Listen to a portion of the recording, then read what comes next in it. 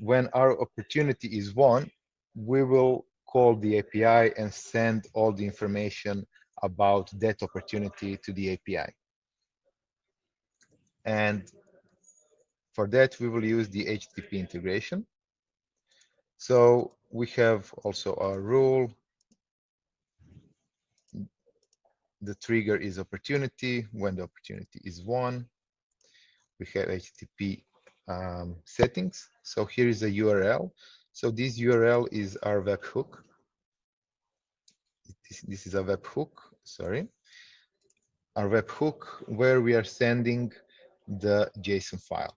So we are doing post and we are sending JSON file. So JSON file is like ID, object ID, name, property opportunity name, and a customer, the customer name.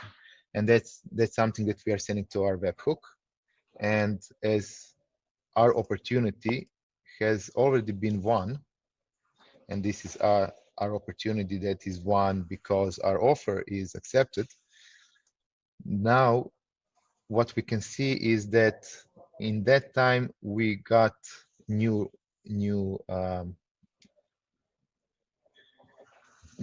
post to the API, and we can see our JSON.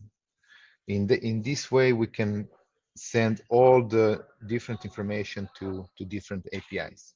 And this is the way that you can always check. For example, if you have if you want to send something to different API, you can always use this webhook site so that you can check your request and also be sure that what you're sending to this API is valid, and then you can just change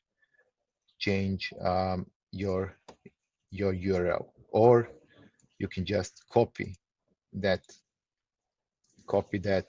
same rule and just add your own URL here. So in that way, you will have you will send to API, and also you will send to your webhook, and you can also always check what you have sent.